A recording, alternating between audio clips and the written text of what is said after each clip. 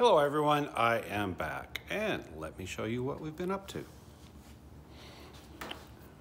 One of the big things is the chopped carbon fiber hood is partially done. I need to trim it, we need to reinforce it, but the basic shape is there.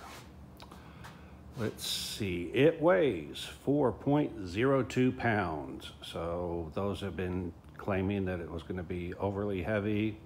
I don't know, I'm happy with 4 pounds. Even if we double the amount of material on there, it'll still be less than 10 pounds. All right, but it does need some reinforcing, but I knew that from the start. Let's see, the other thing is this fender right here is not carbon fiber, it is fiberglass. So we are remaking it. This is the same mold that one came from. We are remaking it in carbon fiber. It's looking good. We don't use any of the fancy infusion or vacuum or anything like that. We just put it in here, use squeegees and rollers and brushes and whatever it takes to get it in there.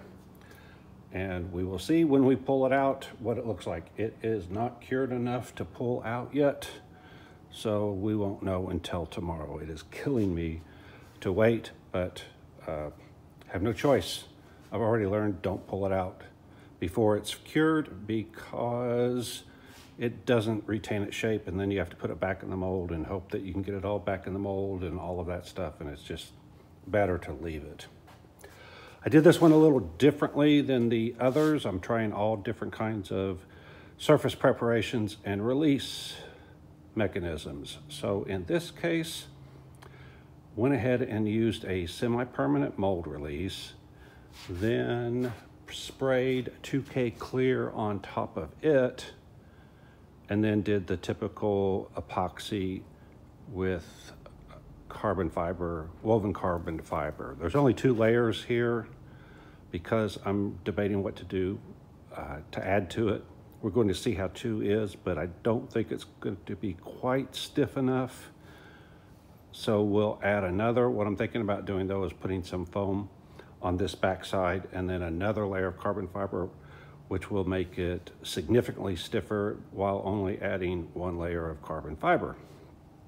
We'll see. Let's see what else. Oh, and we're not doing chopped carbon fiber on that. The fenders are going to be regular carbon fiber like that. And then chopped carbon fiber will be the hood, the back hatch, the roof, which is in the other room I'll show you in a minute, and the mirrors. I think that's it. And then the rest, we're debating between flat black, matte black, and semi-gloss black. So we will see when we get to that point which of the 3 we are going to use. I'm thinking about wrapping it and testing it out with wrap. Could spray paint on it, but if we spray paint, then we just gotta sand it off. So I'm not sure I wanna do that. I think I'd rather just try to wrap it. I want to learn how to wrap anyway, so that would be a good thing to practice on, because if I screw it up, it doesn't matter because it's getting yanked off anyway. Okay, what else do we have here? Oh, fender flares. That's another big issue that I have to do. If you've been keeping up, I did the 2 fender flares differently on the 2 sides, debating which one to do. But I've got a gap right there on this side and one over here on this side. Not as big, but doesn't matter. They both have to be filled. By chance, I had pieces from the old fiberglass fender flares. This was just a quick and dirty one. And I put it on the opposite side. So this is the driver's side. Is this the front or the back? I think it's the front. If I look over there, yeah, it is the driver's side front.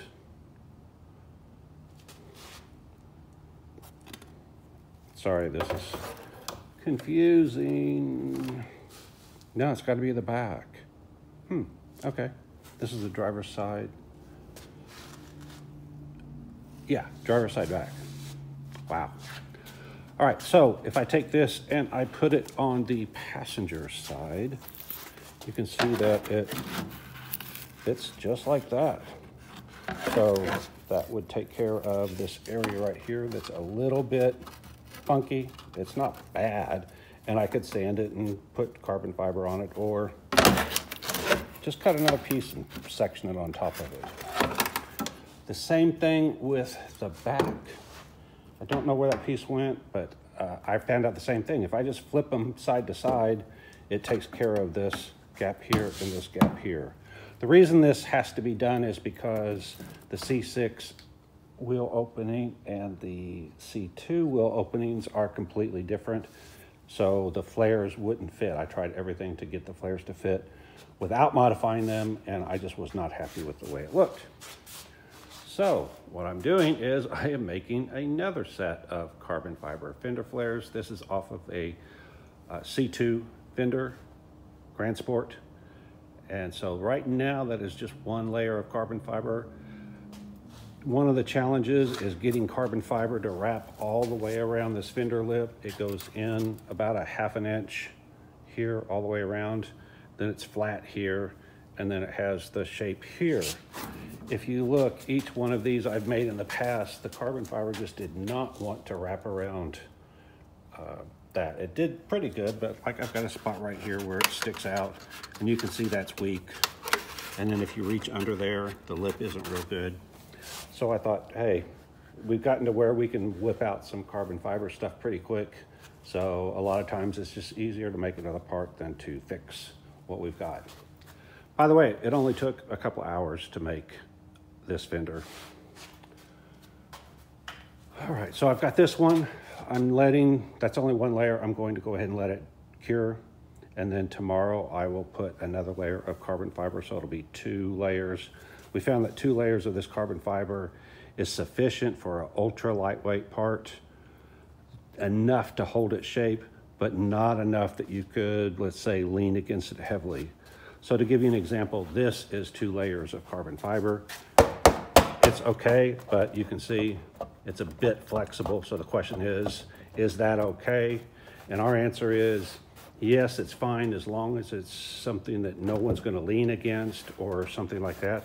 And then you can see where it's got shape, ridge, it's solid right here. It's just as you start getting larger and larger spans, it doesn't work. This right here is some of the previous fender lips, and they are definitely strong. Okay. I'm doing this one now. I was going to do this other one, but it's getting late, and it is Saturday night, so we're getting ready to leave. It is coated with PVA, polyvinyl alcohol, so that when I put the carbon fiber on there, it will not stick to the fender. Because I'm skinning this, I didn't have to worry about trying to get the PVA smooth and no orange peel. I actually put this on with a brush, but PVA is self-leveling pretty much. So I could have gotten it real good if I would have spent some time, but I really didn't care because it really doesn't matter. This is going to be the back side of that fender flare, so no one's ever going to see it. So the idea was just to get it done as quickly as possible. Let's see, oh, the hood. What took a little bit of time, but not a whole lot, was taking that hood off of the factory hood. So here's the factory hood that has been gutted completely. I am using the factory surround right here. I'm not sure how to do this yet. There we go.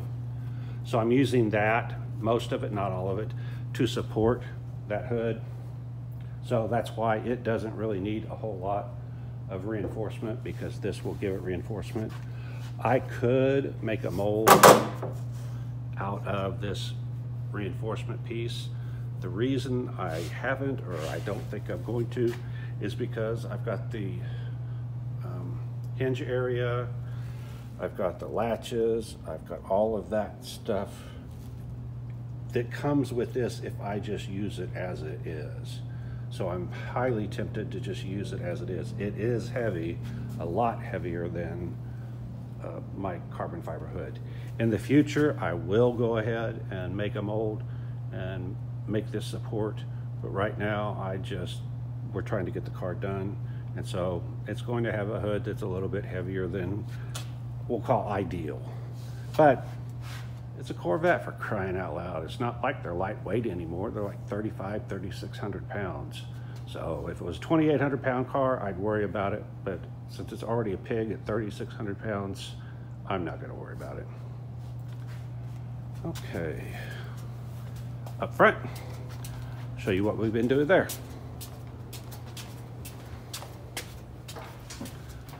Okay, so there's our roof panel. We used all of the tinted carbon fiber that we wanted to use to get the color that we want. We like what we've got here. So from now on, everything is clear epoxy that we're putting on top of it. And we're just going to put epoxy on there, sand it smooth, and repeat until it is as smooth and flat as we want it to be. Same thing with the filler door for the gas, and then the mirror. So they are each time getting a little bit closer. There's still defects, but the defects are getting less and less. And again, we're just going to sand. I do have some clear primer ordered, but it won't be until Tuesday. Today's Saturday. Won't be until Tuesday, and I don't want to wait. So we're just going to keep on putting layers of clear. The epoxy we're using is pretty thin, so we can't put a whole lot on there because it drips and runs. So it's just put a thin layer on, let it cure overnight, and then the next day put another one on, and we just keep on repeating that. We don't have to sand in between layers. You have up to 72 hours with this specific epoxy that you can apply a new layer without sanding. So again, we just come in, we put on a layer, go do other things, and then we're going to just keep on doing that until we're done. Okay, speaking of the tint, this tint we've been using is powdered tint. It works great. It does not go on evenly no matter what you do. So actually, I like it. I like the variation. It would also look good though if it was solid, but I can take it either way. So someone has suggested using alcohol inks. So I tried that. I'll show you that in a second. Just to let you know, this is what the epoxy looks like, the tinted epoxy. When you look at it, you think, oh no, that's going to be so dark that you won't be able to see the carbon fiber underneath it. But by the time you put it on and it goes to the thickness that it goes to, you can see that you can clearly see the carbon fiber pattern underneath. Okay, so speaking of the alcohol tint, this was an experiment to see what happens if we use alcohol tint instead of the powdered tint. And that was suggested by somebody in one of the fiberglass or carbon fiber groups, can't remember which. This has, believe it or not, blue alcohol tint with pearl. They're two separate alcohol tints, so I put the blue in there. I did this first section, used half as much, and I couldn't even tell there was any blue tint on it. I doubled the amount of alcohol tint here. If you look there you go. If you look close, you can see the blue. It just doesn't jump out at you. And in person, it doesn't look anywhere near as blue as it does with the camera. And then if you look real close, you can see all the little pearl flakes in there. There it is.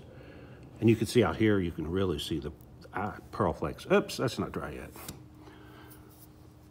So I don't know. I may try it with a huge dose of alcohol tint and see. The colors that I got, one of them looked red, but when I looked at the package, it's called coral and it's coral colored, so it's not really red at all. So I'd have to order more. So then we picked the next best color out of that, and that happened to be this blue. And like I said, I'm surprised because when we're looking at in shop light, it does not look very blue, but in the camera it does. And in the past, everything I did had more color in the sunlight. So I bet in the sunlight, I'll take a picture of this tomorrow in the sunlight or video, and we'll see if it looks significantly better or more vibrant, I should say. This is what it looks like when it's mixed up. So you can see that it's pretty, it wasn't a blue, it was like a violet blue, blue-violet. That's, again, the only color that they had that I liked. One of the other things, I talked about the fact that the fender lips were really difficult to get. So what I did was I got some, here it is, some placemats. These are, I don't know, vinyl placemats. Got them at the dollar store, Dollar Tree, there we go. Of course, they're $1.25. And so I just cut strips of them, put it on there, and the same way with the little clips. I got the clips at the Dollar Tree for $1.25 package. I use these clips because epoxy and polyester resin don't really stick to it. It's not that they don't stick at all, but at least you can get them off. I have a whole bunch of these metal clips, but if I were to use them, I would end up epoxying them in place. So I use this to make sure that that inner lip is nice and round and square and all that it's supposed to be. And then I pulled it tight. Once I clipped that, I pulled it tight when I put the epoxy down here to get this as flat and level as possible. Ideally, I would have loved to have, see, it's got a slight hump there. I would have loved to have fixed that, but it's hard to get this this carbon fiber to lay exactly like you want it to. So now that I see that, I'll probably go touch it up real quick, but at this point, there's not a whole lot I can do. All right, anyway, I just wanted to show you that like I said, the blue tint is there. It's just not as dynamic as I would want. And again, that may change tomorrow. Oh, the other advantage is there's another layer of carbon fiber that's going to go on top of this, so maybe I can flatten that out a little bit better. I was going to get something flat to put on here, but I thought, oh, this will work, and it did seem to work, but again, you gotta be careful when you're using this epoxy, the epoxy and the carbon fiber. A lot of times it'll lay down great, and then 10 minutes later you'll come back and it will decide that it's not going to stay laid down like you had it. It's going to have a mind of its own. Anyway, I was going to fix that on the camera, but there's a good chance I'll screw it up as much as I'll fix it, so I need both hands to fix that. But you can see it's slightly got a hump there. And I could sand it flat. I might do that, but these layers of carbon fiber aren't real thick, so it's easy to sand through if you decide you want to fix it later.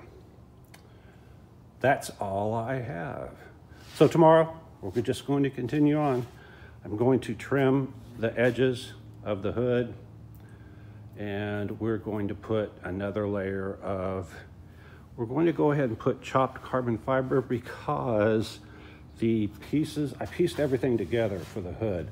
I did that center section, and then I used these little wing sections right here. And what else? Oh, and the hood scoop. I don't know what I did with it. It's around here. Oh, right there. There's the hood scoop. This is the back side of it. So if you look, there's the hood scoop. I could have spent a lot of time getting all of this flat and perfect, but I knew I was going to skin it afterwards and then make a mold off of this piece once it's perfect. So making this perfect, the only way that would help is if I made all of this perfect, then I made a mold off of that, and then I made this off of the mold. Instead, I made this less than perfect, skinned it so I could get the shape that I wanted, and then there were some areas that were not level, so then when we sanded it to get it flat, we actually sanded through in a couple of spots. So what we're going to do is go to the back side, and we're going to add a layer of carbon fiber that will close up all of these holes and gaps. Also, these areas down here are not even, I'll need to work on that. Anyway, once we do that, we're going to put a layer of carbon fiber, one layer of carbon fiber on the back side to close up these gaps and reinforce it. It's really pretty flexible. So you can see right there. So we'll do that, and then we'll flip it back over and put some chopped carbon fiber in these holes so that they won't be, you won't see the pattern, this pattern poking through each one of those. If you look close, you can see it's there where we sanded it. See, we sanded it thin right there, sanded it thin right there. But again, I knew that was the case because I didn't spend the time to get this absolutely flat, and the carbon fiber is only so thick. Right, and we still didn't fix these areas right here. But again, we're going to cover it with chopped carbon fiber again. So we can, all I do is take a wire brush and rough that up enough to stick. Ideally, we try to do everything before that 72-hour window so we don't have to sand in between, but we had freezing weather here and no water, and it's made working on this, let's say, a bit of a challenge. Oh, and we still need to color sand and put clear on this piece. We haven't put any clear epoxy on this yet. So far, everything's been tinted epoxy. And we don't want to put another coat of tinted epoxy because then it gets more and more red with each layer of tinted epoxy, and that's as red as we want that one to be. Okay, that is all I've got. So, like, subscribe, hit the alert, hit the thanks if you want to donate, share this thing with everybody. And if you don't like what we're doing, you don't know Jack. Bye.